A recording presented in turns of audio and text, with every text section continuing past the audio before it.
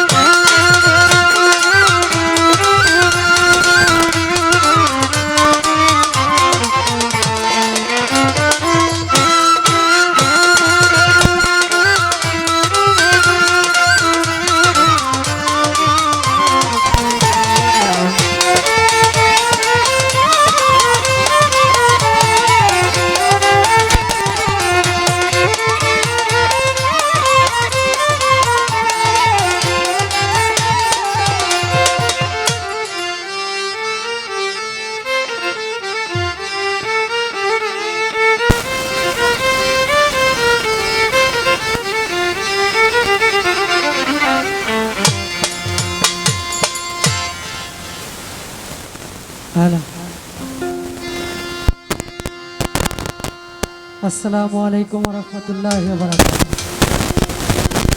বিসমিল্লাহির রহমানির রহিম।